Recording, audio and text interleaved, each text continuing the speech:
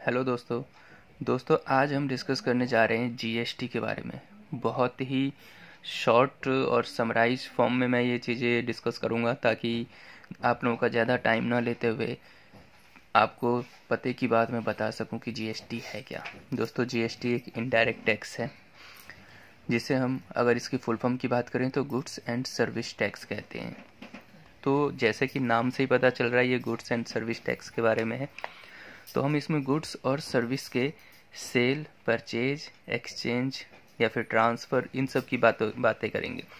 तो अब इन्होंने क्या किया, ये सेल, परचेज, एक्सचेंज, ट्रांसफ़र, इन सब के वर्ड को, जो इतने सारे टाइप्स होते थे कहने को, उनको हटा के उन्होंने एक नाम लाया, वो है सप्लाई। इसका मतलब कि गुड्स और सर्विस की जब सप्लाई होगी तभी जीएसटी की बात होगी। तो अब सप्लाई में अगर हम मेजरली बात करें तो सेल और परचेज दो ही चीज़ें होती हैं, चाहे उसके तरीके बोलने के अलग अलग हो सकते हैं। तो जैसे कि मैं पहले एक्सप्लेन कर चुका हूँ कि भाई अकाउंटिंग भी सिर्फ 4 चीज़ों की होती है: asset, liability, income and expense.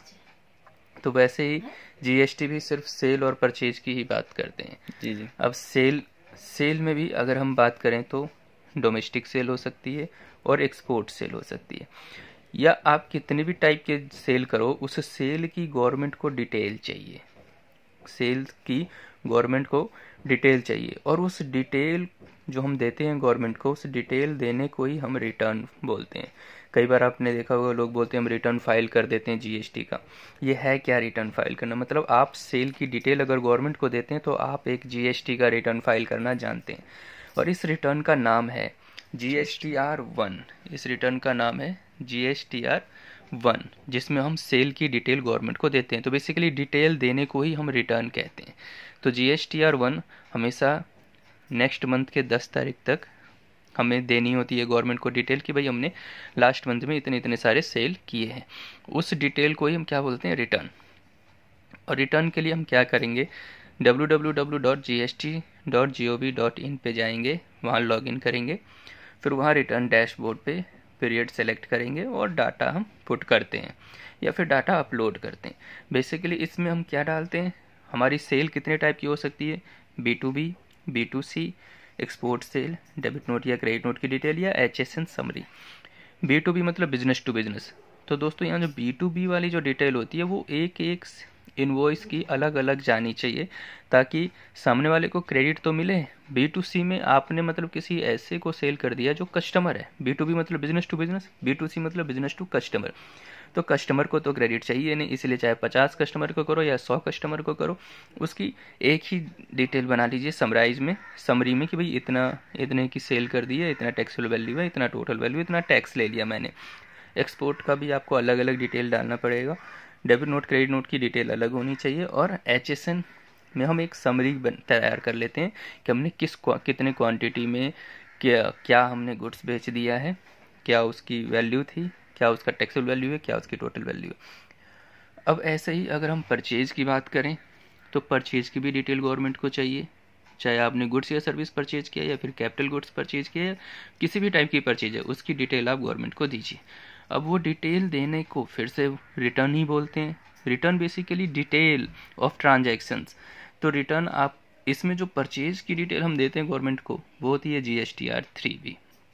और GSTR-3B 20 तारीख तक देते हैं। अगले मंथ के 20 तारीख से पहले हमें फाइल करनी होती है या डिटेल देनी होती है। यहाँ जो डाटा हम तैयार करते हैं ये डाटा इंडिविजुअली अलग अलग इनवॉइस की नहीं देते हैं, यहाँ हम डाटा समराइज फॉर्म में देते हैं। इसमें सेल का भी डिटेल समराइज फॉर्म में दे देते हैं और परचेज का भी दे देते हैं। अगर सेल और परचेज का हम इकट्ठा ना दें तो यहाँ हमें पता ही नहीं चलेगा कि टैक्स की लायबिलिटी बन रही है या फिर टैक्स का रिफंड मिलेगा। इसीलिए इसमें इकट्ठा हम डाटा बता देते हैं कि इतने का सेल किया, इतने का परचेज किया, और अगर हमारी टैक्स लायबिलिटी निकल रही है तो यहाँ पे पेमेंट भी होनी चाहिए 20 तारीख तक से पहले। बाद में आप करेंगे तो लेट चार्जेस लगेगा। और अगर आपका टैक्स रिफंड निकलता है, रिफंड कब निकलेगा कि भाई सेल पे मैंने टैक्स कम कलेक्ट किया, परचेज पे गवर्नमेंट को टैक्स ज़्यादा दे दिया, तो जो डिफरेंस है, जो मैंने ज़्यादा दे दिया वो मुझे वापस चाहिए गवर्नमेंट से, तो वो उस केस में आपको रिफंड मिलेगा। अदरवाइज आपको पेमेंट करनी पड़ेगी।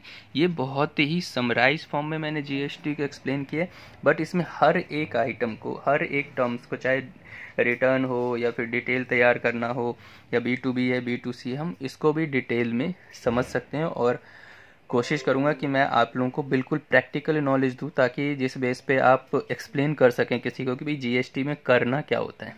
पढ़ने को तो 1000 पेज की किताब भी पढ़ सकते हैं, लेकिन अगर हम क्रिस्प नॉलेज और जो मतलब समराइज फॉर्म में और वर्किंग नॉलेज की बात करूं, वर्किंग नॉलेज ऑफ जीएसटी, तो मैं कोशिश करूंगा कि आपको जितना ज़्यादा से ज़्यादा दे पाऊं।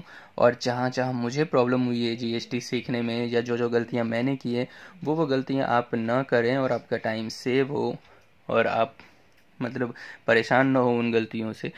इसलिए मैं कोशिश करूंगा आपको ज़्यादा से ज़्यादा नॉलेज दे सकूं, जिससे आपकी वर्किंग स्पीड बढ़ेगी और वर्किंग नॉलेज जो है जीएसटी की वो भी आगे बढ़ती चली जाएगी। थैंक यू दोस्तों। अगर आपको ये वीडियो अच्छा लगा हो तो प्लीज़ लाइक करें और चैनल को सब्सक्राइब करें। थैंक्स।